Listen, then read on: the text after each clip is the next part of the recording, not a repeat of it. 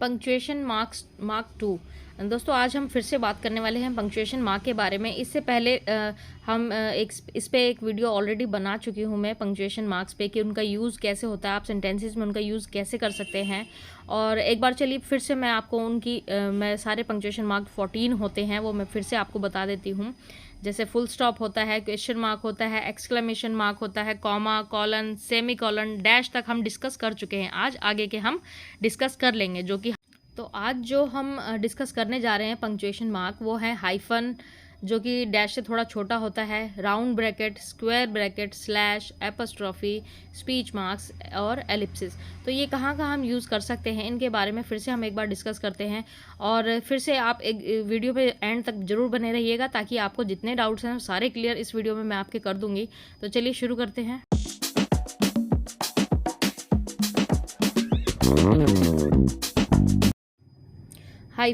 Hyphen का use हम करते हैं दोस्तों दो वर्ड्स को जोड़ने के लिए, जैसे कि और हाइफन और डैश में बहुत से लोग कंफ्यूज भी हो जाते हैं। ये दो या दो से ज़्यादा वर्ड्स को जोड़ता है, सिर्फ दो को नहीं, उससे ज़्यादा वर्ड्स को भी हम जोड़ने के लिए इसका यूज़ करते हैं और उनको कंपाउंड करने के लिए। तो चलिए इसके एग्जाम्पल्स को हम डिस्कस करते हैं, उनसे आपको इसका बेटर समझ में आएगा। तो इन हाइफन के साथ हम इनके एग्जाम्पल देख लेते हैं जिससे हमें बहुत अच्छे से समझ में आ जाएगा। जैसे कि ये दो से ज़्यादा वर्ड हैं, मोर देन टू हैं। जैसे कि माई 8 year old boy loves reading, मेरा 8 साल का बेटा पढ़ना पसंद करता है। तो 8 ईयर ओल्ड, ये 3 शब्द हैं, इनको ज्वाइन करने के लिए, कंपाउंड करने के लिए हम हाइफन का यूज़ कर रहे हैं। Next example, I work part time. Part time भी 2 वर्ड हैं लेकिन हम इसको कंपाउंड करेंगे। सेल्फ एक्सप्रेशन, ये भी 2 वर्ड हैं। और सेल्फ कॉन्फिडेंस, 19th सेंचुरी, ये भी 2 वर्ड हैं लेकिन हम इनसे कंपाउंड कर रहे हैं हाइफन के द्वारा। तो दोस्तों पंक्चुएशन बहुत ही इजी है अगर हम उसको समझें ठीक से कि किस साइन का यूज़ हमें कहाँ पर करना है और कैसे करना है। और अगर आप ये वीडियो अच्छे से पूरी एंड तक देख लेते हैं तो आपको बहुत ही आसानी से सबको समझ में आ जाएगा। राउंड ब्रैकेट, अब राउंड ब्रैकेट और दोस्तों स्क्वायर ब्रैकेट हम दोनों को ही इसमें कवर कर लेते हैं। वैसे जो राउंड ब्रैकेट होता है जनरली इसे पैरेंथेसिस कहते हैं, दोनों ही ब्रैकेट को अमेरिकन और ब्रिटिश लैंग्वेज में। लेकिन हम उन लैंग्वेज से आप कंफ्यूज मत होइए, आप लोग अपनी लैंग्वेज इंग्लिश को देखिए जो इंडिया में बोली कही जाती है, सुनी जाती है।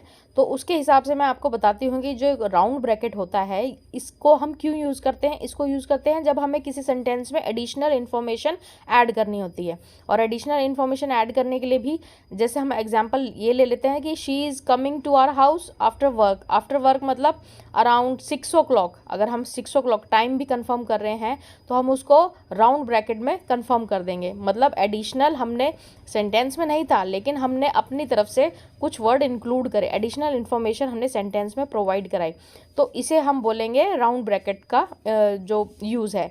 और जो स्क्वायर ब्रैकेट होता है, स्क्वायर ब्रैकेट का यूज़ ये है कि ये जो ओमिटेड इन्फॉर्मेशन रह जाती है किसी सेंटेंस में, ओमिटेड का मतलब होता है लेफ्ट ओवर, छोड़ दी गई, मतलब जो चीज़ हम सेंटेंस में लिखना भूल गए हैं लेकिन वो हमें लिखनी थी, तो जो स्क्वायर ब्रैकेट होता है उसका यूज़ तब होता है।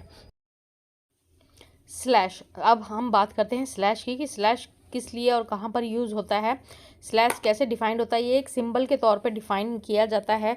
इसमें हम जब इसको यूज़ करते हैं तो लिखने के लिए, सेपरेट लेटर्स को सेपरेट करने के लिए, नंबर्स को सेपरेट करने के लिए, वर्ड्स को, इसका यूज़ होता है। एग्जाम्पल में देखें तो टू सेपरेट वेबसाइट एड्रेस, हम जब वेबसाइट के एड्रेसेस लिखते हैं तो भी स्लैश कहीं जगह डलता है, URL एड्रेस में भी।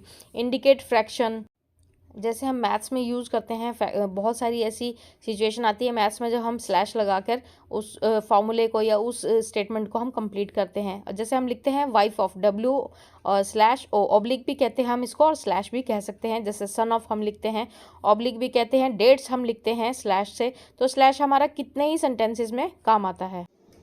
एपस्ट्रॉफी, सो मेनली एपस्ट्रॉफी का क्या यूज़ है। एपस्ट्रॉफी जो होती है हम यूज़ करते हैं when a speaker address someone और something that is not there and really can't be there, even वहाँ पे हैं भी नहीं है। अब जैसे हम एग्जांपल में ही ले लेते हैं, लीजा, दैट्स लीजाज कार। अगर हम किसी को बोलते हैं तो लीजा वहाँ नहीं है, हम बोल रहे हैं दैट्स लीजाज कार, ये लीजा की कार है। और एग्जाम्पल से हम देखते हैं, जैसे हम आई एम लिखते हैं, आई एम, और एपस्ट्रॉफी का हम यूज़ करते हैं, शॉर्ट में इसे लिखते हैं हम आई एम, और यू आर को यू आर, शी इज़ को शी इज़। लीजाज कार का एग्जाम्पल मैंने आपको पहले ही बताया। एंड इट इज़ मी, हम इट इज़ मी लिखते हैं और इसको शॉर्ट करते हैं जब एब्सेंस को, एपिस्ट्रॉफी मीन्स एब्सेंस में हम किसी भी वर्ड की, किसी भी टोन की या किसी भी चीज़ के लिए हम इस एपस्ट्रॉफी का यूज़ करते हैं। तो अब बारी आती है स्पीच मार्क्स की। स्पीच मार्क्स क्या होते हैं? स्पीच मार्क्स वो होते हैं जब हम कोई सेंटेंस को या किसी डायलॉग को हम बोलते हैं और उन्हें इन्वर्टेड कॉमास में करके बोला जाता है या लिखा जाता है, वो स्पीच मार्क्स होते हैं। ये स्पेशल पंक्चुएशन होती है जो कि बताती है कि ये जो वर्ड है या सेंटेंस है वो डायरेक्ट स्पीकर के थ्रू बोला जा रहा है। अब जैसे कि हम इस एग्जाम्पल में देख सकते हैं, the patient said thank you doctor. The patient said मतलब कि पेशेंट ने डायरेक्टली डॉक्टर से बोला है थैंक यू। और नेक्स्ट एग्जाम्पल में चंचल said yes I am in the bus. चंचल ने खुद कहा है, ये जो कोटेशन है चंचल ने खुद कही है। और इन इन्वर्टेड कॉमास को, इन्हें हम इन्वर्टेड कॉमास बोलते हैं। इन्वर्टेड कॉमास या इन्वर्टेड राइट कोट, और जो बंद करते हैं हम इन्वर्टेड कॉमा उसको बोलते हैं लेफ्ट कोट। तो ये स्पीच मार्क्स होते हैं, इसको इन्वर्टेड कॉमास भी बोला जाता है। डायरेक्ट जब हम सेंटेंसेस को यूज़ करते हैं और उन्हें लिखते हैं तो कोटेशन को दिखाने के लिए कि ये डायरेक्ट स्पीच है, हम इन्वर्टेड कॉमास का यानी स्पीच मार्क्स का यूज़ करते हैं।